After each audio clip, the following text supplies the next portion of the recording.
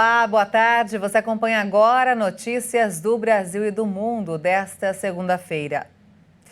E eu começo essa edição com as manchetes dos sites dos principais jornais do país. Folha de São Paulo, pressão ambiental faz dobrar número de empresas que relatam emissões de carbono. A cobrança de investidores e clientes força companhias brasileiras a publicarem sua pegada climática. E agora o Estadão, o governo prevê assinar novas autorizações de ferrovias na próxima terça. Nesse modelo, a iniciativa para a construção do trecho de ferrovia parte do setor privado. Valor econômico, o Brasil tem déficit em conta corrente de 5 bilhões 678 milhões de dólares, o maior para setembro desde 2014. O resultado é maior do que um ano antes, quando a conta corrente foi deficitária em 1 bilhão 921 milhões de dólares. E por fim, o Globo, videogames podem estar associados a melhor desempenho cognitivo em crianças, mostra um novo estudo. Cientistas da Universidade de Vermont descobriram que os participantes tiveram melhor controle de impulsos e uma melhora na memória de trabalho. Nos primeiros 7 meses deste ano, o Brasil exportou 43 mil toneladas de pescado. O número representa 86% do volume total da exportação brasileira do produto em 2021, que foi de 50 mil toneladas. A Secretaria de Aquicultura e Pesca do Ministério da Agricultura, Pecuária e Abastecimento divulgou os números e revelou que o governo brasileiro vem adotando várias estratégias para ampliar a internacionalização do pescado nacional. Segundo o mapa, há grande potencial de crescimento também para o mercado interno, considerando que atualmente o consumo por habitante ao ano é de 10,5 kg.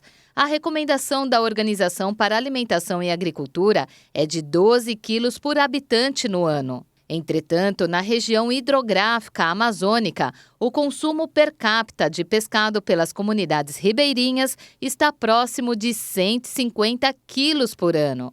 O Brasil se destaca por ser um grande produtor desta proteína animal, além de possuir uma diversidade de espécies aquáticas de água doce e salgada. O pescado é um alimento saboroso e está presente em diversos pratos típicos das regiões brasileiras, podendo ser preparado frito, assado, ao molho e elaborado com ingredientes locais e frescos, carregando a diversidade cultural brasileira. O Ministério da Saúde ampliou a testagem de varíola dos macacos em todo o Brasil. Ao todo, o país tem 31 laboratórios de referência que fazem o diagnóstico da monkeypox. A Fiocruz está produzindo kits para os diagnósticos de varíola dos macacos. Os kits vão ser distribuídos aos laboratórios centrais de saúde pública de todos os estados até o fim da semana. No início de setembro, o Ministério da Saúde incluiu a monkeypox na lista nacional de notificação compulsória de doenças, nos serviços de saúde públicos e privados do Brasil. A distribuição dos kits de testagem amplia o diagnóstico de 15 para 31 laboratórios designados pelo governo federal. Todos os resultados de testes para a detecção da varíola dos macacos feitos por laboratórios das redes pública e privada, sejam positivos, negativos ou inconclusivos, precisam ser notificados ao Ministério da Saúde de forma imediata, em até 24 horas. Para quem testou positivo, a conduta recomendada é a manutenção do isolamento até o desaparecimento das crostas e a completa cicatrização da pele, sem a necessidade de um novo teste. Os sintomas mais comuns são erupção cutânea ou lesões espalhadas pela pele, ínguas, dor de cabeça, calafrios e fraqueza. A Rússia afirmou hoje que a Ucrânia entrou na fase final para a fabricação de sua bomba suja. Kiev diz que é Moscou que já deve ter desenvolvido a bomba e afirma que os russos encomendaram 2.000 drones do Irã. A Rússia diz que o objetivo desta provocação é acusar a Rússia de usar armas de destruição em massa na Ucrânia e iniciar assim uma grande campanha anti-Rússia no mundo. Kiev considerou as declarações absurdas e perigosas. Ucranianos e ocidentais suspeitam que a Rússia poderia estar se preparando para detonar uma bomba suja e culpar a Ucrânia, para depois justificar uma escalada militar com uma arma nuclear tática como represália. A chamada bomba suja não é artefato nuclear, mas uma bomba convencional envolta em materiais radioativos que são disseminados durante a explosão. O presidente Volodymyr Zelensky disse que a Rússia encomendou cerca de 2.000 drones do Irã para apoiar sua campanha de bombardeio na Ucrânia, que afeta principalmente a infraestrutura elétrica. Teherã já foi sancionado por ter fornecido esse tipo de equipamento aos russos. As ruas de Israel já estão em campanha para as eleições legislativas de 1º de novembro, que apresentam um grande ponto de interrogação. O ex-primeiro-ministro Benjamin Netanyahu, julgado por corrupção, pode voltar ao poder? Em junho de 2021, foi formada uma coalizão única na história de Israel, que reuniu parte da direita, o centro, a esquerda e pela primeira vez um partido árabe, que deu origem a um governo destinado a encerrar uma década e meia de mandatos consecutivos de Netanyahu. Ele estava cercado pela justiça por supostos atos de corrupção e parecia ter o futuro político comprometido.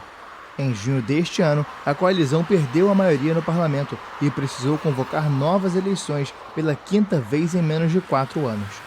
A campanha nas ruas começa a ganhar força, com partidos que tentam agitar um eleitorado que até agora estava apático diante de novas eleições em que a extrema-direita pode crescer em um contexto de violência em Israel e nos territórios palestinos. As últimas pesquisas apontam a vantagem do Likud de Netanyahu, com 31 das 120 cadeiras no parlamento, contra 24 para o Yesh Atid, do atual premier Yair Lapid, e 14 para o sionismo religioso, de extrema-direita, comandado por Itamar Ben-Gvir e Bezalel Smotrich. Desde o início da campanha, Netanyahu afirmou que queria reunir o mínimo de assentos para formar uma maioria que agrupasse os votos das formações ultra-ortodoxas e da extrema-direita. Com esses partidos, o Likud estaria perto de alcançar a maioria.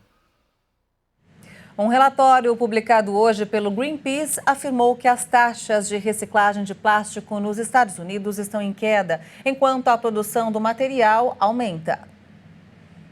O grupo de ativistas classificou como um mito as alegações da indústria sobre a criação de uma economia circular e eficiente para o produto. De acordo com o texto, as residências americanas geraram 51 milhões de toneladas de resíduos plásticos em 2021, dos quais apenas 2,4 milhões de toneladas foram recicladas. A tendência é de queda, em particular desde que a China parou de aceitar os resíduos plásticos do Ocidente em 2018 e, ao mesmo tempo, de reciclar parte deles. Além disso, os preços da produção de plástico estão em baixa devido a uma indústria em rápido desenvolvimento. De acordo com o Greenpeace, a maioria dos 375 centros de recuperação de materiais dos Estados Unidos aceita apenas 2 tipos de plásticos. O primeiro é o polietileno tereftalato, o famoso PET, muito utilizado para garrafas de água e refrigerante, e o segundo é o polietileno de alta densidade, PEAD, usado, por exemplo, para produtos de limpeza. O relatório afirma que os 2 tipos registraram taxas de renovação de 20% e 10%, respectivamente, índices menores que o da pesquisa anterior nos Estados Unidos, em 2020. De acordo com o documento da ONG, a reciclagem de plásticos não funciona por algumas razões. Uma delas é a quantidade de resíduos plásticos, que torna extremamente difícil o recolhimento dos materiais.